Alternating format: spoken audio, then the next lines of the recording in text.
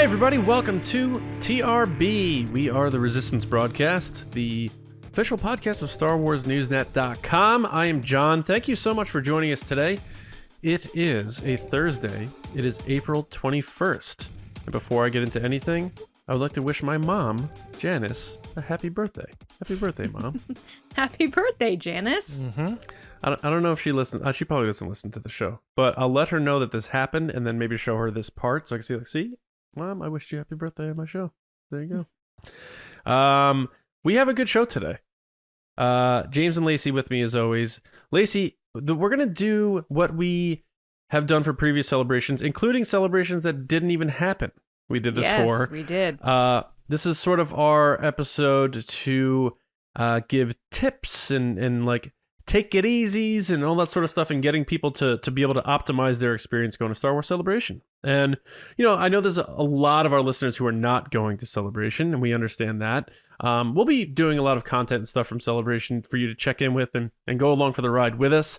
And we have other stuff we're going to be doing on this episode that is quite a standard TRB episode, but our discussion later is going to be sort of a crash course onto if you are going to Celebration, how to have the best time possible. And you know what? If you're not going to this celebration, still listen, because there's going to be more celebrations and it's going to be some good advice. It also rolls over to like theme parks, concerts, big events, anything. A lot of other experiences.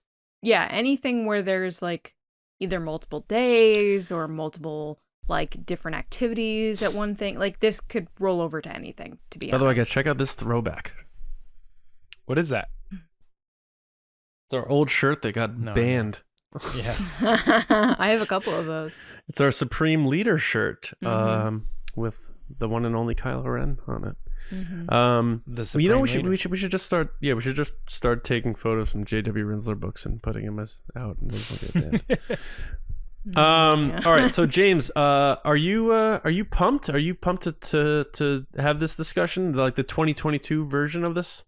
Yeah, definitely. I think like what is so interesting about it is like even going just the one time, I was like, oh, it makes so much more sense now. Like now that I'm actually here, I wish I could have just told people, you know, like that's kind of oh wow, more or less how it Lacey's works so or smart. something. That's what he was thinking the whole time. It was actually. No, but I think like an episode like this, especially you know, for people that are going for the first time is going to be very helpful. And hopefully, you know, we can throw in a thing or two that you go, okay, I can just relax. And once you like relax or calm down or stop freaking out about, you know, certain thing, like then you can kind of enjoy the process a little bit more. Mm-hmm. Yeah. And also making sure people come to our event on Saturday, May 28th at Radiant Beer Co. Yeah.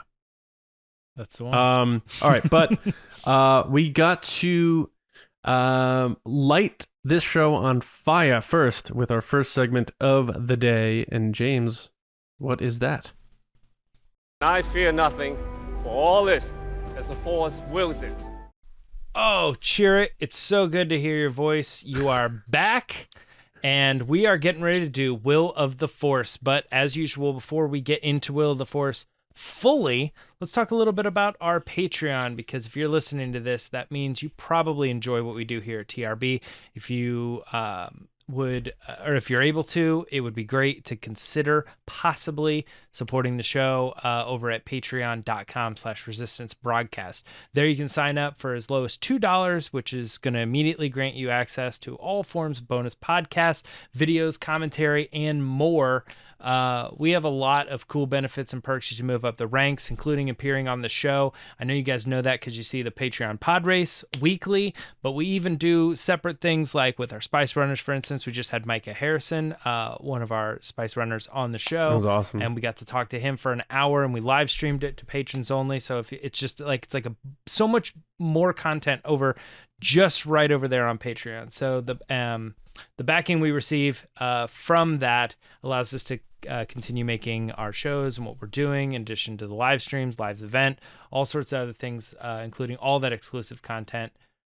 So, you know, if we reach that certain level of support, we can grow and expand and keep doing what we're doing with the Resistance broadcast. Thank you guys so much for even listening to that. You know what I mean? Just taking a second. You're here, you're listening, you're having fun on the show. But that is Patreon. Our Patreon rules. I'm just going to say that. It really does. Yeah. There's kind of like, there's this show that we do, like this is our forward facing production. And then like 50% of the Resistance broadcast is over here, you know?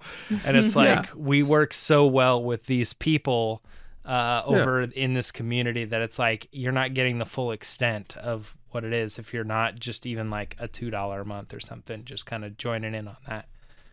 But one of the things we're doing right now is we're going to do the Will of the Force segment of our show. And because we love Patreon so much, we're going to let this be a full Patreon submission episode. And we're going to kick it off with one of our Spice Runners, Dave Hornack, or Indie Dave is what he goes by. But the question is, with Giancarlo Esposito confirming he is part of season 3 of Mandalorian, will he have a large role this season? Lacey, what do you think about Giancarlo Esposito confirming Mando season 3 and his role? Hey, Dave. Nice to hear from you. Good question. I'm going to say he will have a bigger role.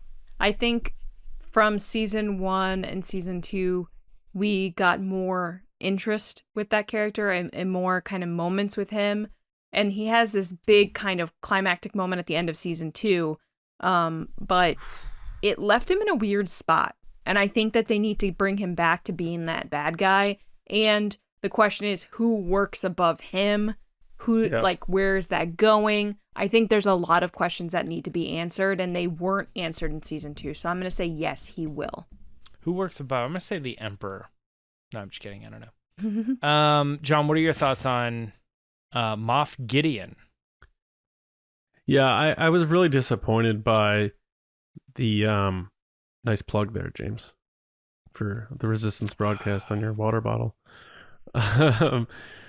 James has a sticker and it's facing exactly where it needs to the camera. Yeah, I was very disappointed with how his story, at least for season 2, ended with him trying to kill himself. And I've been saying this for a very long time about Star Wars having a villain problem, and this guy was white hot coming into this show because everyone loved him in Breaking Bad, and his bad guy Gus in that show, which is amazing. And he's known for playing villains, which is funny because he's such a good actor. He seems like the most pleasant person in real life. Favreau wrote this part for him, I think, after seeing Breaking Bad, I'm sure. Yeah. And that's what's really cool about this is that he seems fully vested in it. He seems to really enjoy it. And he has loose lips, and sometimes I think he says things that maybe sweeping generalizations, which had a lot of people confused, and some sites ran with some of his statements saying it's coming out this summer, which it's not. That's pretty impossible for them to do that. So it's probably going to be end of the year, like your typical Mandalorian. So it may be later than usual, but I'm thinking November, something like that. The Mandalorian will come back. I would almost guarantee we're going to get a release date at that panel the Mandalorian's going to have on the Saturday. day of our event.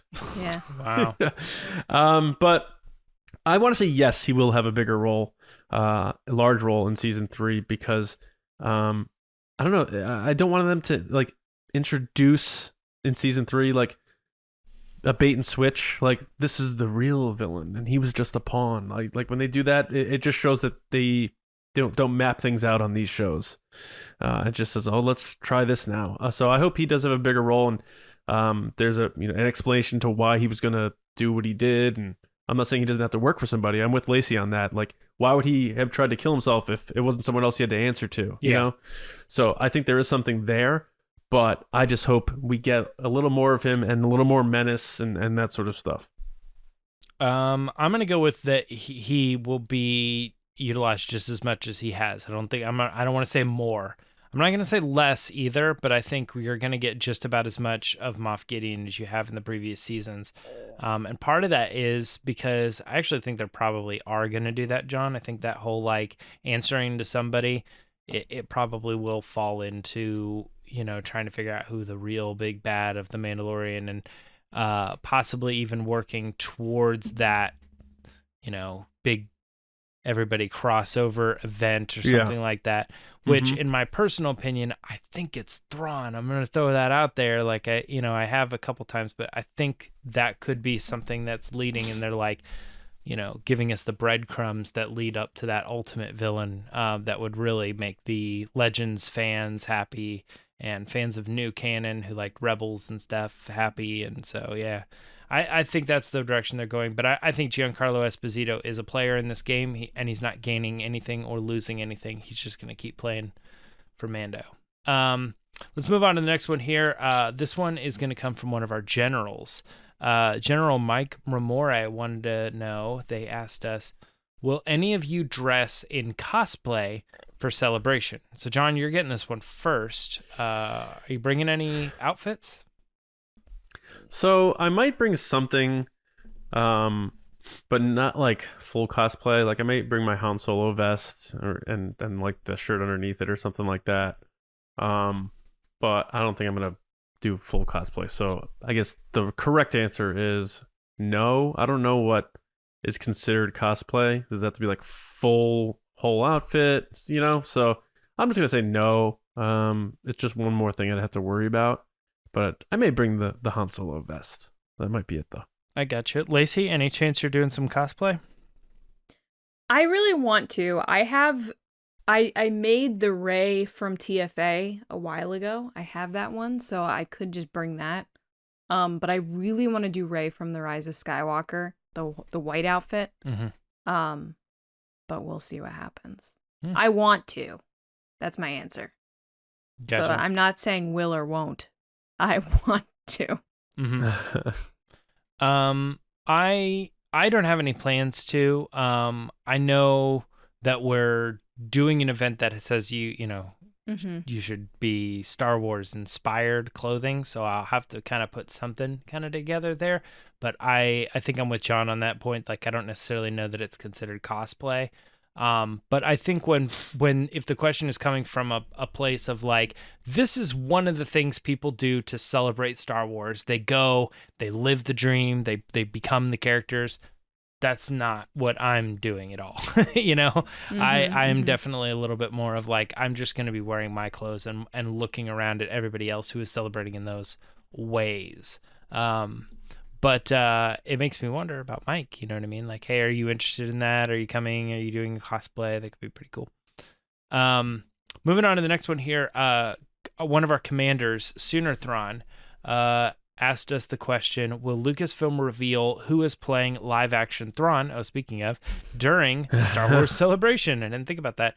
But, Lacey, you're going first on this one. Any chance that they're going to finally reveal who that person could be at Celebration? I'm going to say yes. I think they will. Any? I think that's an easy announcement that they can make that will add to the Ahsoka series without them showing anything else. That's it. Yeah, that's a good call. Yeah, John, thoughts on that? I think they will too, because they're afraid of leaks. And stuff has already been coming out with a bunch of these series, and it's filming at the same location as in The Mandalorian and the Book of Boba Fett, and for whatever reason, that location seems to be ripe for leaks. Whereas it starts filming this month, right? At the end of this month, exactly. Yeah. If you ask Reddit, it already started filming. Yeah, but like Andor, filmed in on locations and stuff over in England. And I feel like we didn't get the amount of leaks that we got for the shows that are filming in Manhattan Beach. Connecting some dots here, I don't know. But yeah, so they are filming Ahsoka starting at the end of this month. They'll be filming for about a month at that point, and I think they are starting to understand that they need to start announcing these things before other people do. And I think that would be one that wouldn't cause any issues. Everyone knows. I mean, I'm pretty sure everyone understands that Thrawn's going to be in that series. So they said his name in The Mandalorian, so exactly, yeah. So it would make a lot of sense. Now, a lot of people are wondering if it's Lars Mikkelsen because he did the voice in Rebels. It's good shot, but who knows? Could be anybody.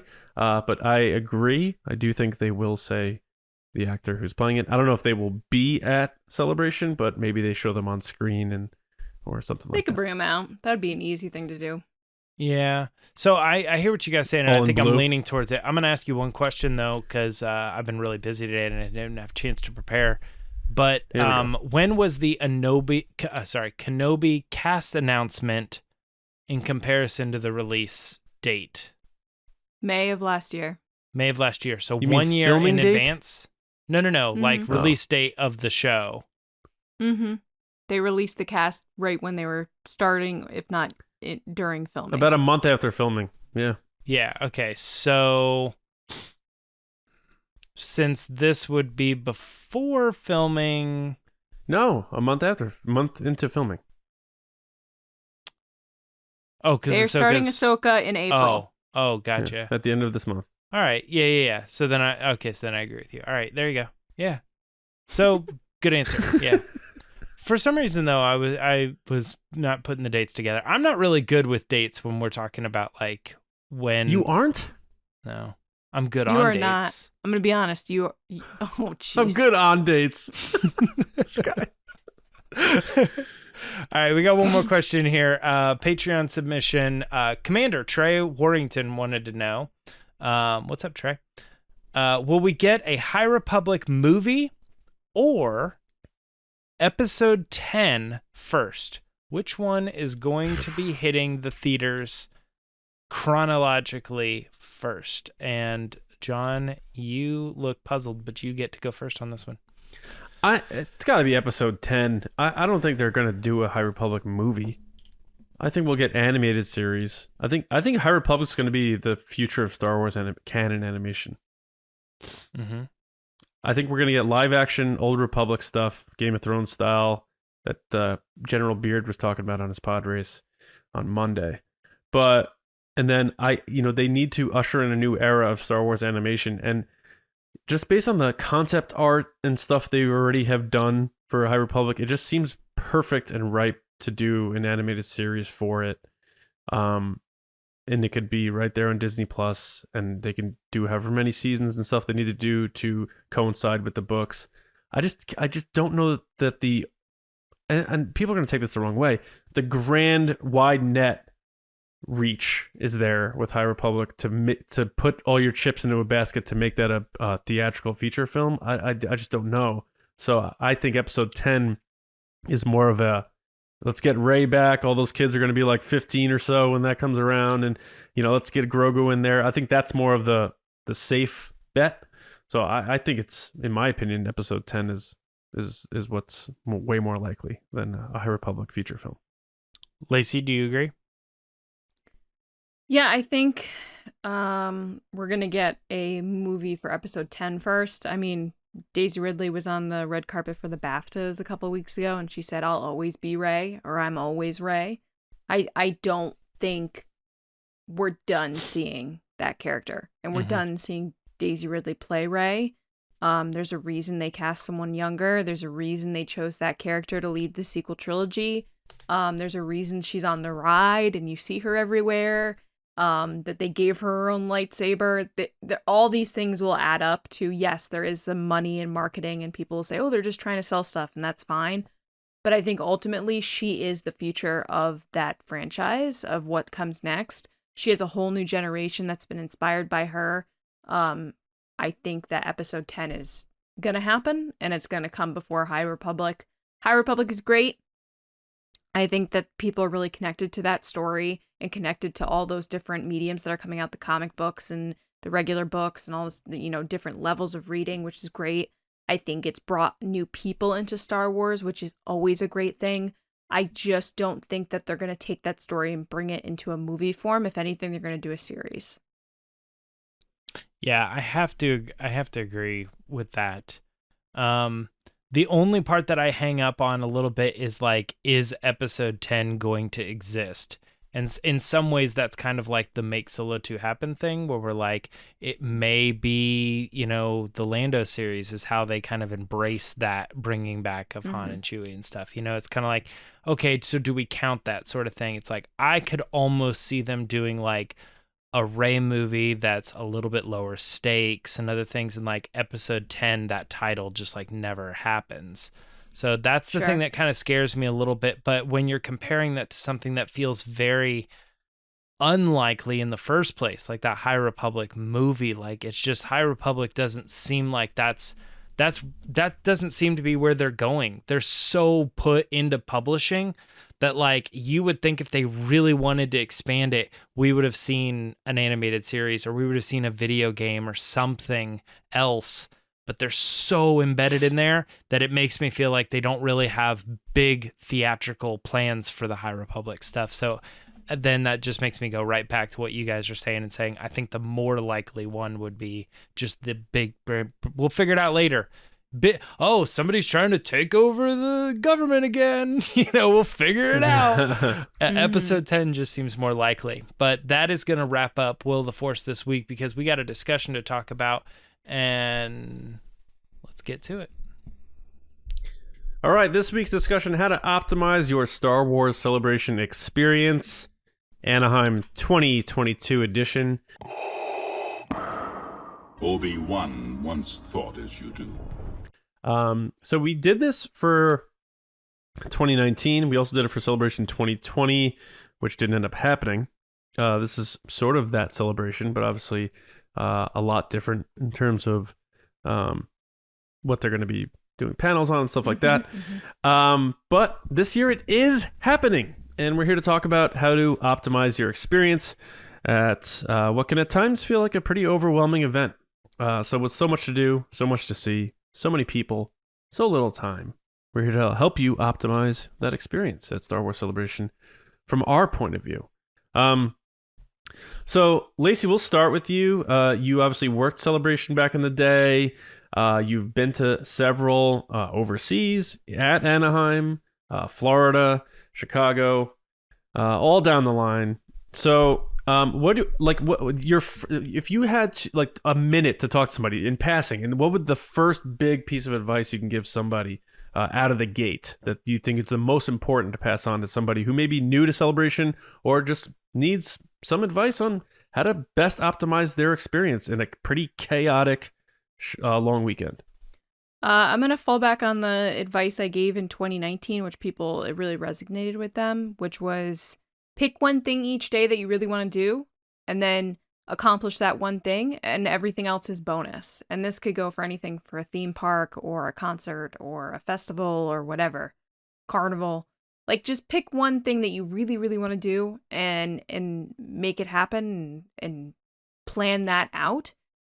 And don't feel the need to do everything, because you're not going to be able to do everything. And that's okay, because some of the best moments I've had at celebrations have been those in-between moments. Like when you wander into a place that you didn't know, like the droid room, where all the people that like build their own droids, like you just happen to meander in there. It's like a really cool thing. Or they do like costume exhibits, which you kind of fall, you go and find at certain times, or a random panel that you didn't know was planned, because I personally don't go through the panel schedule. Some people do. Some people love and thrive in the panel type of stuff. I don't. I go to the big panels, but I don't like plan my day around panels. Yeah. I that's what I would stress, is just like take time to explore the show. Go to the art show where you have people making original art. Go to the tattoo pavilion, even if you don't get a tattoo, because there's just so many talented people over there. And then just experience, just walk around. Don't be afraid to say hi to people, because everybody that's there is a Star Wars fan and they're just as diehard as you are. And I find that you'll make friends a lot easier than you think. The person that's in line in front of you and behind you is super into Star Wars and is there just like you are. And I guarantee they're friendly, because everybody has always been friendly at these shows. But yeah, I would pick one thing and just say, you know what, this is the one thing I'm doing today and I'm going to do it. And then anything else that you do is going to be like, man, I accomplished so much today because I've already done that one thing. Mm-hmm. Yeah, I think not overwhelming yourself is very important, and setting certain expectations, because there's always that fear of missing something. Mm-hmm. And you don't want that to like on this shoulder here, just like live on your back and just be like, you're missing this. This is happening. you don't want to miss this. You don't want to miss this. And then you don't end up enjoying what you are doing at that moment because you're thinking about that other thing that you have to run across the convention for later. It's So going to that go is- so fast. Yeah, For sure. that is a great piece of advice. And what I'll add to that is, I've been to only one celebration. I've been to several New York Comic Cons, but Star Wars Celebration is a different animal, especially it's this franchise we all love so much. It's that my biggest takeaways, I've been to a big panel. I went to the Mandalorian panel. I missed the big panel, episode 9. Me and James watched it on the show floor. I had just as much fun doing that, maybe more so than being in the arena for the Mandalorian panel. What I'll say is, though, my biggest memories are like conversations with people and having real in-person conversations with fellow Star Wars fans that you can't replicate anywhere else, especially online, as a lot of people know. Just having real human connections and talking about this thing that we all love so much. Those were my biggest takeaways. Whether they're people or, like Lacey said, somebody you just bumped into at a food line, or someone you have the same cosplay as, or someone who is dressed as your favorite character, or maybe you're on the show floor and you bump into Brian Herring, who me and James ran into on the show floor, and we didn't even realize it at the time. And he liked James's "Makes It All Too Happen" shirt, my T-shirt. It's just like, you never know what you're going to see at Star Wars Celebration. It's not always the schedule. Sometimes you may be so wrapped up in that Hasbro panel at 2:45 in room CF that you miss something cool that people are just doing on the show floor. So be open-minded. I think that's a cool way to go. So kind of piggybacking off of what Lacey said, find some of the organic stuff that's going on that's not necessarily being put on by Repop or Lucasfilm. I'll take it another step too. I'll piggyback off that as well. I would say one of my biggest things would, you have time to think about Celebration because everything is stated what's going to be there in advance and the schedule is there. So don't be afraid to let things go. Like, we would all love to be in a panel where they're talking about the art of Attack of the Clones or something like that, with very specific people or something. Like, that would be a great panel. But when you're looking at the schedule, if there's something else that just means more to you, let that one go. You'll be able to see it maybe on a live stream or something like that. Just know that when things, but you just can make that choice. I'm coming from, back in the day when I did Warped Tour, there was like 50 bands every day, and they didn't want the back and forth of people arguing about who was headlining or whatever. So every morning at like 8 a.m., it went out and they said, or even later sometimes, like, this is the order, and it was completely random.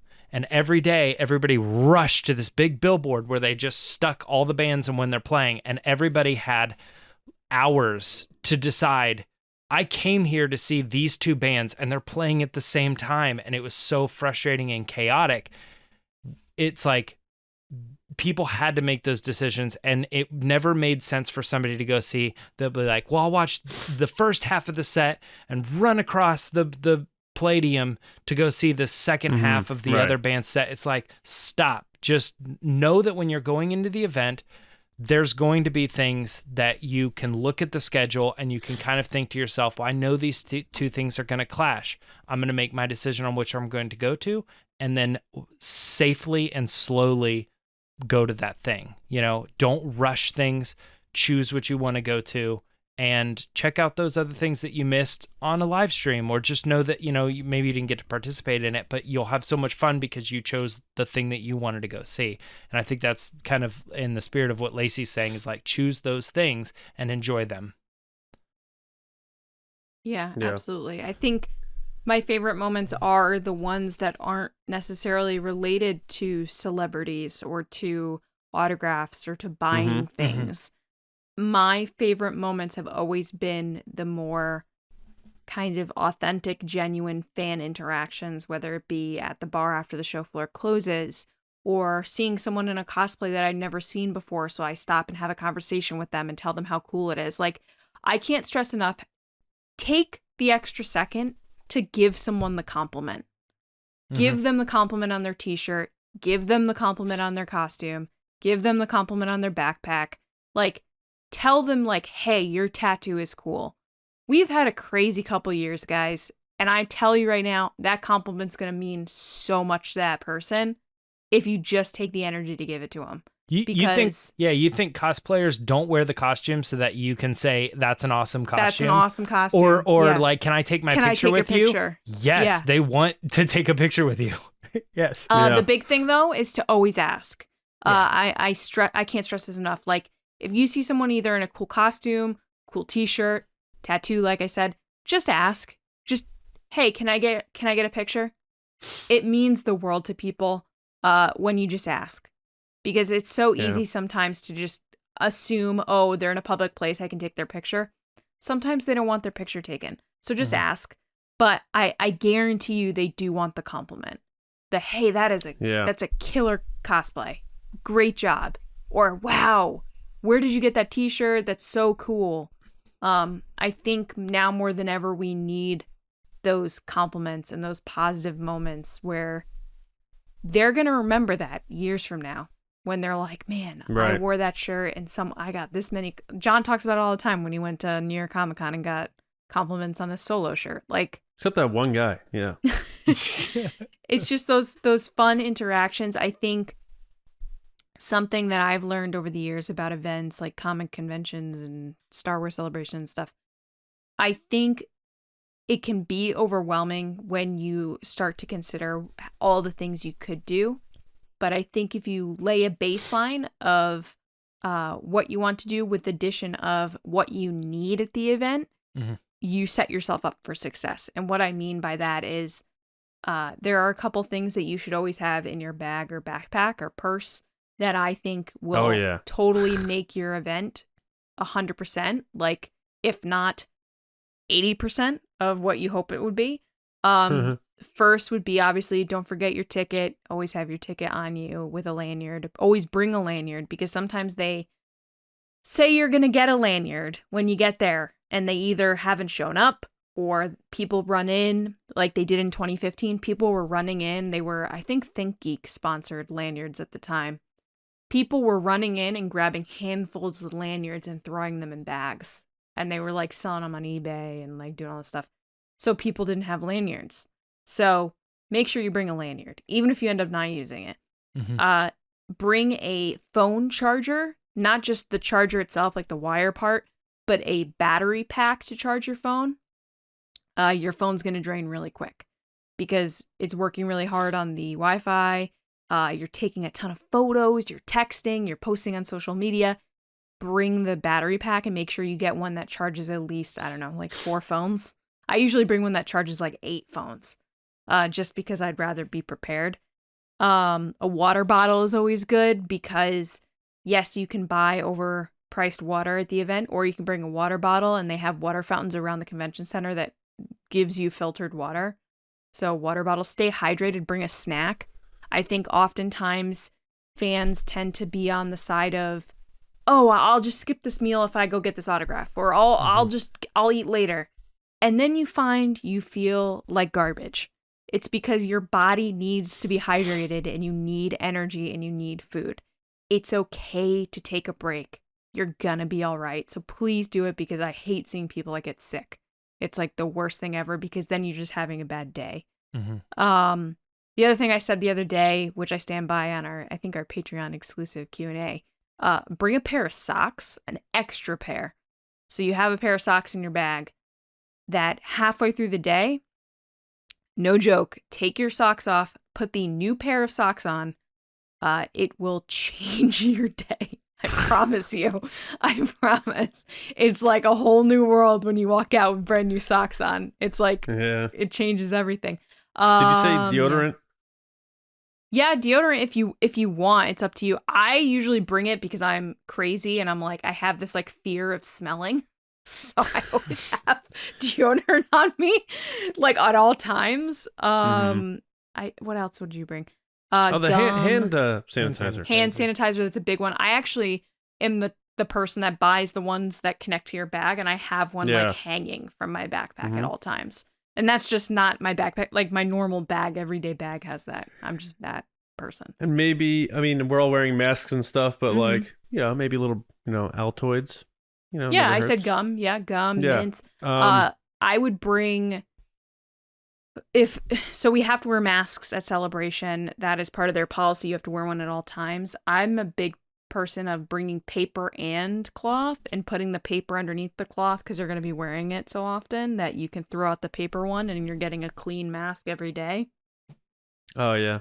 Because you're breathing into the mask and doing all this stuff. So I know sometimes it's like, wow, really double mask, but I'm telling you, it's all the difference to have a clean paper mask under cloth mask. And then they just, last week, released like their updates on the health guidelines. So just keep your eye on that, on their policies, because sometimes who knows, it could get stricter, it could get more lenient. Just keep an eye on the StarWarsCelebration.com for the updates on their health requirements. But they released the info that's going to be coming soon of that clear health pass, which I think if you complete that and show proof of that on your phone, you won't have to wait in the line of people like checking vax cards or COVID tests and stuff. You'll be able to say, I have that clear pass thing, and then you probably have an easier time getting into the convention. So I'm glad they are doing that.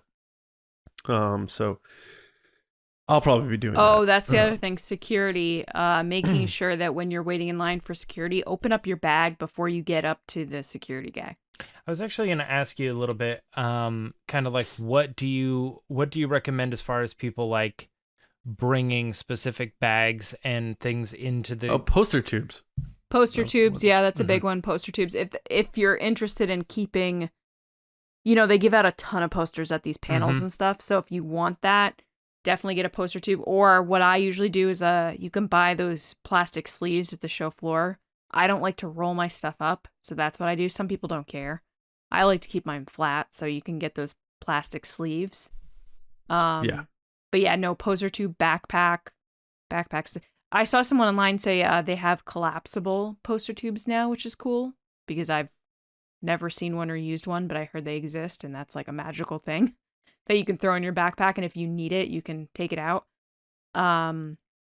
Probably some type of tote or plastic bag if you want to carry some of your items that you've bought that they might not fit into your backpack, or you don't want to throw them into your backpack. They might get crushed if you're trying to keep the box pristine. If it's an action figure, bring a tote bag with you that you can take out of your backpack, like a shopping bag. That's always been super helpful to me. And then I find for me, if you take time in advance and make a list of like, these are the booths I want to go to and these are the panels I want to hit, and kind of keep that like Tom Brady, like, kind of like what the quarterbacks have it. It's like that little flip thing. Buzz Lightyear has one too that like you can put on your arm. I've seen people use those to keep track of their panels, or like little notebooks or something like, or sometimes people will print out what they want to do and they'll put it in like a sleeve on their lanyard. So like they'll have their ticket and then a sleeve behind it with like their schedule of the day, which I thought was super organized and awesome. I love organization. So I think like also too, things. if you have it written out or you thought about it like in the hotel or your schedule, you highlighted whatever, you can take a photo of that, and then instead of it just being lost, like buried in your camera roll kind of thing, like it always helps to take that photo and then like save it to a note, so that every time you open up the Notes app, it's like the first thing that pulls up immediately because it was the last open note. So you can have like an app or a specific thing that's just not a photo, because you're obviously going to take photos throughout the day, and then that photo that you're saving, buried, that's your schedule, is just, it's going to get lost and you're going to be searching for it so often.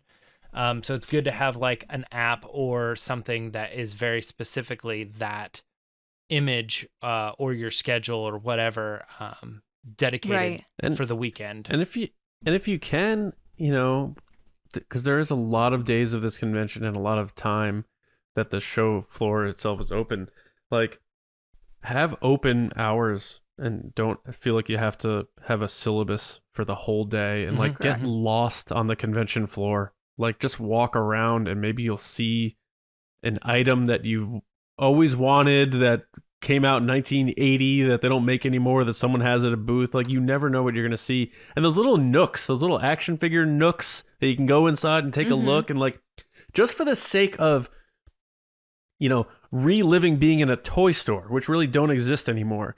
Going into those booths and seeing actual Star Wars figures on shelves, which you don't even see when you walk into Walmart anymore, is a cool thing to see. Absolutely. Like walking and seeing rows of Power of the Force figures. If you were a kid who grew up like me in the 90s, getting your first set of like Star Wars action figures, do that stuff and allow yourself to be hit with that aspect of nostalgia. That, you know, everyone keeps thinking like, oh, this panel, I hope they bring out this person, and you know, I can't wait for the nostalgia of seeing Mark Hamill come out. Find your own nostalgia out on the show floor and go check out some old action figures and like, you know, that whole vibe of being in a like a comic book store. There's so many of those all over the whole convention floor, and everyone who works at those are very friendly, and they'll answer your questions about the figures, and don't ever be intimidated to talk to them, because they want you to engage with them as well. And maybe you even find someone else who is a new friend that you found, and you're both eyeing the same figure. Like, you never know what you're going to find. So allow yourself to get lost on the show floor a bit too. That reminds me a little bit like of the kind of the analogy that I was talking about before. Like, people went into Warped Tour thinking, I want to see these 3 bands, and sometimes they're like, one plays at 12, one plays at 1, and the other one plays at 4. So it's like, well, what do I do between 1 and 4? They just walked around and discovered other bands. Like, there was nothing else to do. So it's like, when you're thinking about that celebration schedule, it's like, okay, pick out the things you want to go to. And then when there's inevitably empty space, don't just fill that empty space to fill it. Like, yes, there might not be something you're particularly interested in at that time. So just know that's a good time to just like take the break and walk around and just kind of ding. Don't People say, watch. I mean, Sit down I guess have a sandwich and watch people. I guess we'll go to this panel. I'm not particularly interested in it, but it's it's the coolest thing I can find that's happening at this time. It's like, if you're not interested in it, then there's so much else there that's just like the floor and people walking around and doing things. There's plenty to entertain you for those hours. So take the breaks when you need to take the breaks and enjoy the displays and stuff that they put up. That's not on the schedule, but the fan groups do a great job. Go see the 501st. Go see the Rebel Legion. Yeah. They take time to do these things. The Belgian builders, they do all these cool things, which I can't wait to see what they're doing around the show floor. Like last time they had X-Wings and all this other stuff. Go see those groups, because they take the time to put those things together, and it's totally worth it. Some really good photo ops that are super fun. Also let them know that you appreciate them doing it, which is really cool. I think another thing that people should look out for is just the collectible aspect, not of figures and stuff, but Celebration has had since 2015 a really good pin trading program. So if you're into pins, they've already released some sets online, but at the show they'll have exclusive ones and variants that are in mystery boxes. So if you really like that, like collecting them all, I found over the years, even when I worked there, it was like one of my favorite things was pin meetups and like collecting and switching pins and stuff. I know a lot of creators will make their own buttons and stickers and pins. So like, you're going to leave the show with like a bag of like different types of swag from different fan creators and like different people that are just making really cool stuff. I'm not even a collector in that regard, and I had a bag of stuff. And it was so cool. They're all different. Everybody has a different style. And like, I have a board here in my room that has like all the stuff. I'll have to take a picture of it. Like all the stuff people have given me. It's just super fun. I've got pins on my speakers right now. Very cool. And one of the coolest things, if you can get them, which they're hard to get, the 501st, all the different garrisons make patches that are specific to their groups. And usually they only trade them patch for patch. But if you're lucky, you might get one. And they're all themed. They have different themes for their patches. Oh, they're so cool. And they make like these jean jackets or vests with all the patches on them. So it's just like those kind of fan interactions where people have swag. And I say fan creators, but like even just fans make their own pins. Like someone that just writes fan fiction will make their own pins, or someone that's a cosplayer will make pins. So just kind of like be on the lookout, because people make really cool things to give away. Our buddy Brian Ward is making these really fun like 80s looking sunglass pictures. They're so cool. They're stickers. They're so cool. So look out for Brian if you can get them. They're going to be a hard to get item. But then I also wanted to mention, James had said something about, or no, John, you had said something about people watching and eating a sandwich. One of the coolest things about the Anaheim Convention Center is when you walk outside the front, there's this long plaza that's lined with palm trees, which is always a nice sight. I'm from Connecticut. You don't see those very often. So when you get to see them, you're like, oh, palm trees. But in between the two hotels is this big kind of plaza with picnic tables and stuff. And they always have food trucks there. Last time they had all different types of food trucks, from like grilled cheese and mac and cheese and burgers and tacos and Korean barbecue. And so if you're looking for something really cool, you want to support a local business, like take some time, leave the convention center. All the cosplayers hang out at that fountain in front of the convention center with all the stairs. A lot of the photos people share oftentimes is that big group photo with like Ahsoka, Ashley Eckstein, and Dave Filoni, or just like cosplayers hanging out there. That's where they hang out, is at the fountain. But past the fountain is all the food trucks, so definitely go check that out. Yeah, and go ahead. Oh, go ahead, James. I was just going to say, Lacey had brought up, fan creators and stuff, and I know a lot of people are going to be there, including us, like, covering Star Wars Celebration and stuff. But, if you're in a big panel, especially one that is, streaming live or whatever, I mean, there's a good chance they'll make you put your phone away anyway.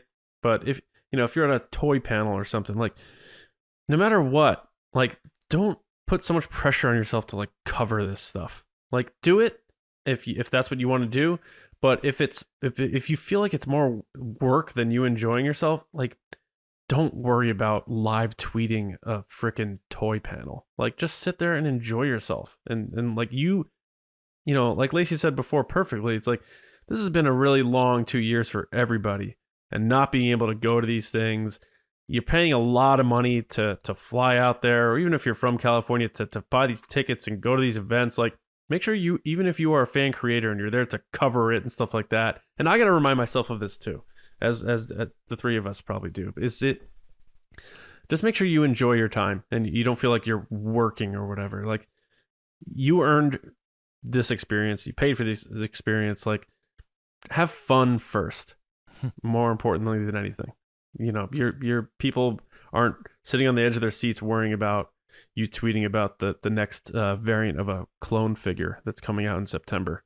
You know what I mean? So just if that's what you want to do, first and foremost, do it. But if it's one of those things where that sounded like Palpatine a little bit, but if it's just something you're like, oh man, I just feel obligated to because I got to stay, keep up with everyone else and stuff, don't worry about it. Just have a good time, enjoy yourself.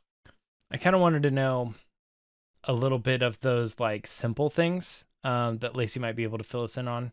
So I'm looking at the schedule, and tomorrow that big panel starts at, like, let's say 10 a.m. or whatever. The panels always start at 10, so the show floor is usually 10 to 7. Yeah, so that's kind of what I was thinking. That's why I picked 10. But the thing is, like, so say it starts at 10. What time do I need to be out the door? Oh, at the convention center? Yeah, I mean, what time am I going to get there? Like, oh, man, this starts in like 20 minutes. And oh, no, the line or whatever, What's the process? So the big panels, are going to be lottery based. So you're going to know pretty early on if you're in the panel or one of the like offshoot rooms, you're going to know. Mm-hmm. If you want an up close seat, you're going to want to get there early. Sometimes people get there 2 to 3 hours early to get those up front seats. If you don't care, then you can stroll up probably like an hour to 45 minutes early. If you're looking to get on the show floor first, people will start lining up first thing in the morning, probably like 6, 7 a.m. But I wonder if that is going to be a little different because of that whole clear pass thing versus people who may not have that, who may need to physically show a Vax card, or what this. It really depends if they have a queue hall. Like, if they're checking people and then throwing them into a pit, I don't know how that's going to work with COVID. I haven't been to a big convention since COVID happened. And by pit, I mean like a big room where everybody lines up like they do with at the Disney. Rancor. Yeah, with the Rancor. Yep. No, like Disney does, where they kind of line everybody up for the rope drop type stuff. I don't know if they're going to do this at this event. It's really hard to know how they're going to manage these things, because I've heard different things at all different events at all different locations in the country. So it's really going to be we're probably going to have a better understanding when we get a little closer of that. But yeah, closer to that. of what the deal is. But yeah, if you want to do something and you want to be up close, you want to be first, you're going to have to dedicate your time to do that. Yeah, good point. In terms of, I guess, James saying out the door, assuming people are staying at the hotels nearby, Lacey, it's a pretty close walk, right? So the Marriott and the Hilton Anaheim are literally 100 feet away. You walk right out the door and they're there. Every other hotel from the list is usually within 2 to 3 miles. Mm-hmm. So it ranges from like a 5-minute drive to a 10-minute walk to you're in the same parking lot. So it's like a 5-minute walk. But yeah, if you lucked out and got the Marriott or the Hilton Anaheim, you're right there. You're walking out the door to the main door. Mm-hmm. Is there only one door, or should people be looking for like using the east entrance? They're going to funnel everybody through one entrance. It's going to be one main front entrance because they're going to want to control the crowd flow. Gotcha. Once the show's I knew that open, when we were in Chicago, we started finding extra entryways, and we're like, oh, can we just go through here? This is faster and stuff. Yeah. So once the show is open, then other doors will be open. Like the whole front of the Anaheim Convention Center is doors, which is kind of crazy because I remember in 2015, like in the morning, they would have at 10 a.m., they would have the security guy go around and unlock all the doors. And the problem was if people were happening to walk by, they'd be like, oh, open door. And you'd be like, no, you have to go down to this location. You can't come in this door. But you'll see it. Like the Anaheim Convention Center is just doors. So they'll direct everybody to one location and then they'll let those people in first usually. And then they'll open all the doors to everybody else. So if you have no kind of priority to do things, you don't want to go to a panel, you don't want to go to the show floor first, you just want to kind of head up when you want to. Like they do this in New York Comic Con. Like if you wait for about 30 minutes, you can probably walk right in. Once the craziness is gone, you can just walk right in the front door. So just so I understand this, is the arena for the big panels attached? Do you have to? Is it? So it's not like Chicago where you had to go across the street. No, but they'll line you up probably down the main hallway. It's like if you go in the front door, it's all the way to the right. The arena holds about 5,000 people. It's a big room. But it's not a second separate entrance. Like no, but you'll exit out there though. You'll exit out a different entrance out in front of the arena, but you'll enter through the entrance in the building. Do you exit out? So panels over. You go outside. You're outside. There's no exit back into the show floor. They had people last time, again, they might change this, but last time, 2015, they had people going out the back doors outside and then walking down the sidewalk to go back inside. Oh, wow. So that they keep the flow going one way, that there aren't cross streams. All right. Don't cross the streams, right? Yeah. Man, I feel like even just that, the process sometimes, like if you can find that information on how this is going to go, like it might be good to just read those things like the night before celebration starts, or kind of maybe if you're just like around, like, I don't know, if it were just me and I were just going on my own, I'd probably go outside and try to just like walk around kind of the convention center and just kind of get a feel for like, okay, I think that's going to be the main entrance. So when I get up, I need to go here kind of thing. Like I know some of that stuff might be clear, but anytime I've ever been to something like this, I always feel like I don't fully get it until like midday 2. And I'm like, because you're just kind of walking in and you're like, I'm going to follow those people because they're clearly wearing Star Wars clothes. So they've got to be going. And you're kind of like, sheeping your way through the process. And I feel like there can be some anxiety setting in. Like, what are we doing? Are we even going to the right place right now? How do we know this is the entrance? And we're standing here and it's been 15 minutes and we don't even know if this is really what we're supposed to be doing. So I tend to think like, that third day is so much more relaxing because I've already done it twice. So anything you can to kind of like think through those processes and just feel a little bit more confident on day one that, you know, you're standing in the right spot. Ask This somebody, is, in like, fact, what line the is entrance. this? Exactly. Yeah. Yeah. Don't be afraid Yeah. to be like, hey, you guys are going in the main door, right? And they're like, yeah, we're just going up here, you know, and it's like, It's okay. like George on Seinfeld, like, this is ticket holder's line, not ticket buyer's line. It's like, you didn't tell me that. Seinfeld references. But yeah, so also to James's point, like, look for things that are outside the convention too, because people are going to be doing different stuff, including us. You know, we are doing our event, which I'm sure a lot of our listeners already heard about, but got to plug it. So we're doing a live podcast event at Radiant Beer Co. Radiant Beer Co. They're at 1566 West Lincoln Ave in Anaheim. It's only about 3 miles from the convention. You can Uber there. Get a discount and if you Lyft. And if you do Uber or Lyft there, you get 5% off your tab, which is cool. But our event is free. You don't have to pay a ticket to get in. You can just show up and come on in. We'll be getting there at 5:30. We're gonna do like a happy hour sort of thing in the main area, and for about an hour, let everyone get loose, relaxed, have fun, and then we're gonna start podcasting around 6:30 or so for an hour or more. But everyone who's in the base are welcome. We already have a great amount of people who RSVP'd, which guarantees swag to those people. So if you want to RSVP or show up, we'll be there at 5:30 at Radiant Beer Co. on Saturday, May 28th. So we hope to see you there. But also, you know, just not to be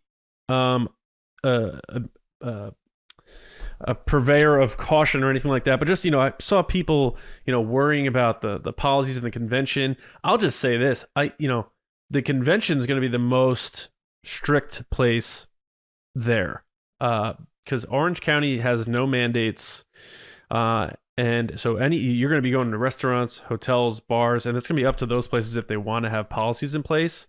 So just so you know that, and you know, when I went to LA in December in like peak Omicron, you know, places were like, you must have your vaccine card, you must wear a mask.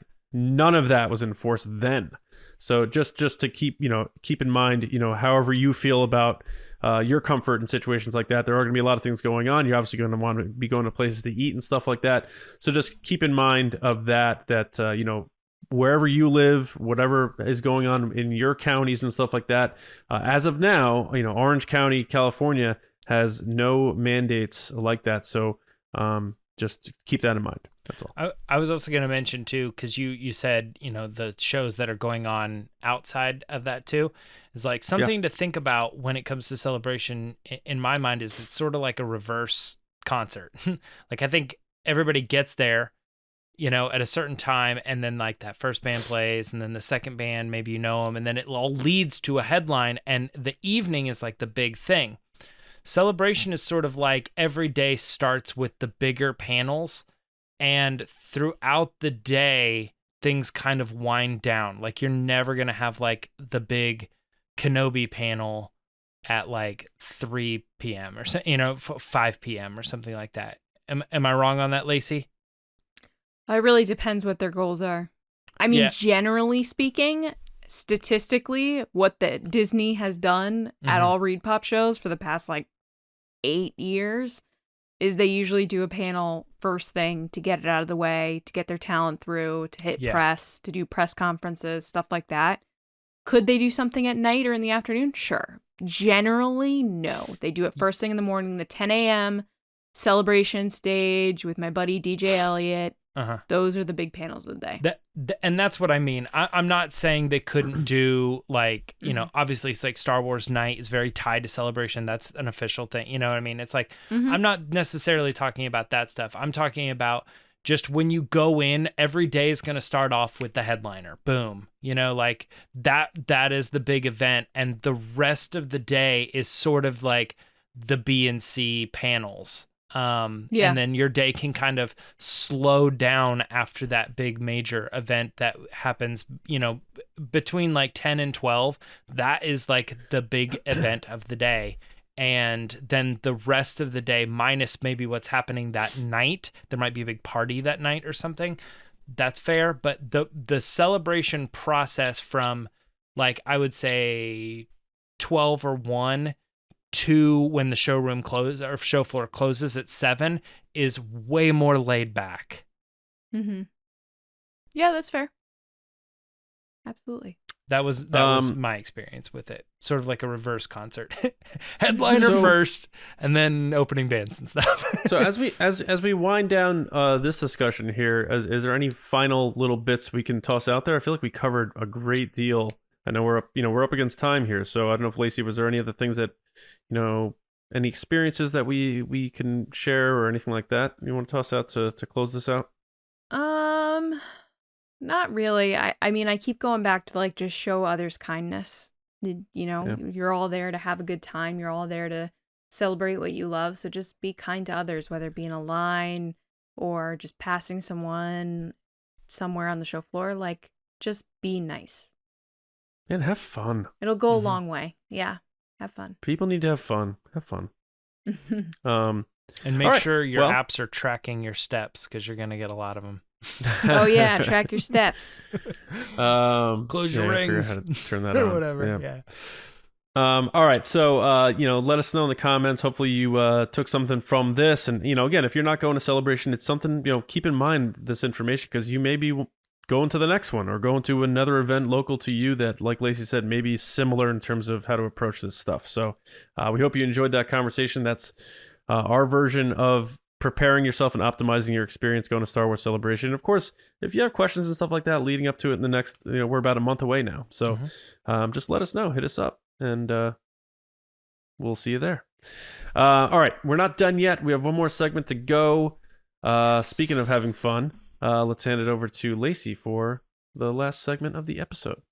All right, guys, it's time for Resistance Transmissions.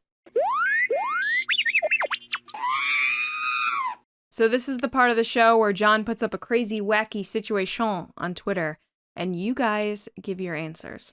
So this past week, the scenario was, in addition to his lightsaber, Darth Vader also found Obi-Wan Kenobi's JediPod and AirPods. What song was Kenobi listening to during their fight on the Death Star before he peaced out? I thought Force Pods would have been good. JediPod is great, though. Yeah, first up is John Reese. What up, John? At John S. Reese, who said "Hello" by Lionel Richie.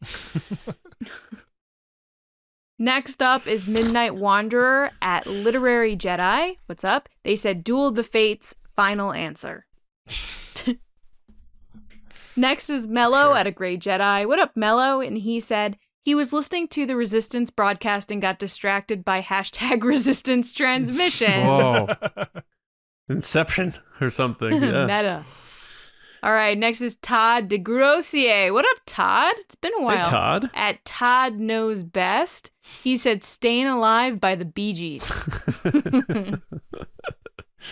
Next is Unusual Michael Scott Amigo. Thing where he's like, staying alive, staying alive. He's like, he goes way too fast. Next is Unusual Amigo at Scribbly Mark. What up, Scribbly Mark? He said Dust in the Wind by Kansas. That's Bill and Ted. I always think of that movie. Mm-hmm. Next is Susie Rockstar at Susie Rockstar. She got her handle. Oh, yeah. But that's not her name. No. Maybe it is. She said Bad Blood by Taylor Swift, which I totally approve of and agree. Next is Mike Ramori at Drum Jedi, who said Escape by The Devil Wears Prada. Heck I don't know him. Man. I don't know him. Never heard of him. That's a good song. Next is Joey Sack at Joey Sack. What up, Joey? He said, You're My Best Friend by Queen. Oh. Yikes. And last but not least is Damon Juan Kenobi at _Damon_Young_, who said Higher Ground by Stevie Wonder. That was the best answer. Solid answer. Well Guys, done. thank you so much. If you want to be on the show, make sure to follow us on Twitter at RBATSWNN. Back to John. All right, you heard James at the top. Your support means a great deal to us. So again, go to patreon.com/resistancebroadcast. just sign up, especially this year's Celebration around the corner. We're going to be doing a lot of exclusive stuff from Celebration on Patreon. Starts at $2 a month. Join us. And we have a special thank you to our 2 top tiers, our Generals and Spice Runners. Our Generals, Carmelo, Jeremy Myers, John Reese, Jetta Rosewater, Paul Olson, Frank Grande, Darth Hurricane, John Charlton, Nick Kratz, Christian Morales, Brian Smith, Matt Chitty, Danny, Mike Ramore, Matt Heath, Double C Chris White, Brendan McLaughlin, and Val Trichkoff. Thank you, Generals. Yes. And our Spice Runners, David Probus, Neil Shaw, Kendall Gellner, Ryan Wara, Dave Hornack, Micah Harrison, Thomas Hennessy, and Andrew Staley. Thank you, Spice Runners. And everybody who's joining us on Patreon, supporting us. You allow us to attend these events, to go to more events in the future as things start to open up and expand on what we're doing. We always have a lot of goals here at TRB, and you make all this stuff possible, including giving you 2 shows every week. So thank you all very, very much. Make sure you do subscribe to the show on your favorite platform, Spotify, Apple. If it has a rating, 5 stars, please. And share us with a friend. Spreading the word is how we grow. And of course, youtube.com/Star Wars Newsnet videos. We're very close also to our 10,000 followers on Twitter. So we really want to get there before Celebration. That'd be really cool. So follow us at RBATSWNN, like Lacey said. StarWarsNewsNet.com. That's where you want to go every day for all of your Star Wars news, reviews, editorials, information, and more. You can find me on Twitter at Johnny Hoey, writing and editing at Star Wars Newsnet. And I have a movie podcast where I don't talk about anything having to do with a galaxy far, far away, called Just Like the Movies, available free on your favorite podcast app. Lacey. People can find me on Twitter and Instagram at Lacey Gilleran. And I didn't mention this, but about 2 weeks ago, I was on Star Wars Minute with the guys over there, and I was on 5 episodes. What's up, fellas? So 5? 5 episodes. I broke down 5 minutes of Solo a Star Wars story, and it was a really fun time. So we went minute by minute for 5 minutes from, I believe, what moments it was, from the moment that Chewie and Han met on the deck of the AT Hauler to the campfire scene. Cool. I broke it down minute by minute. It was a super fun time, and I forgot to talk about it, so I apologize. But if you want to check it out, please do. Did they call you out?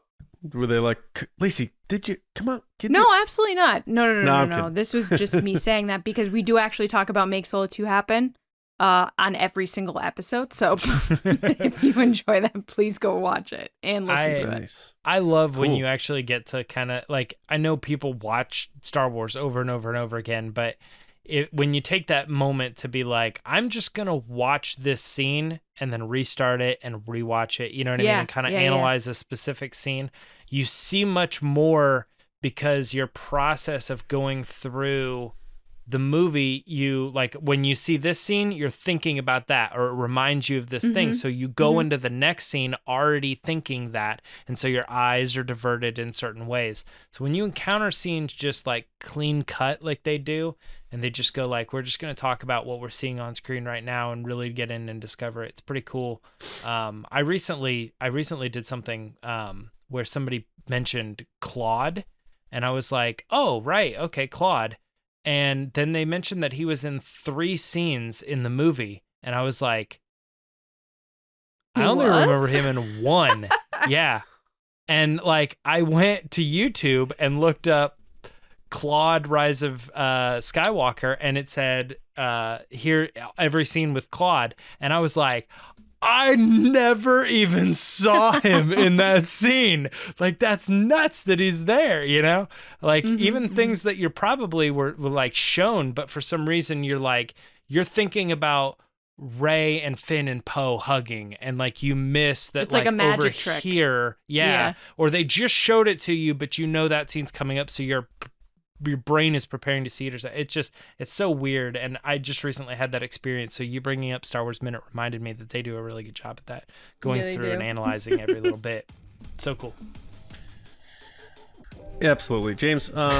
Where can people talk to you about that? Twitter and Instagram at my returns. All right, everybody. We hope you enjoyed this episode, and we hope you enjoy your weekend. And we'll see you on Monday morning with another episode right here on the Resistance broadcast. Happy birthday, Mom. We'll see you around, kids.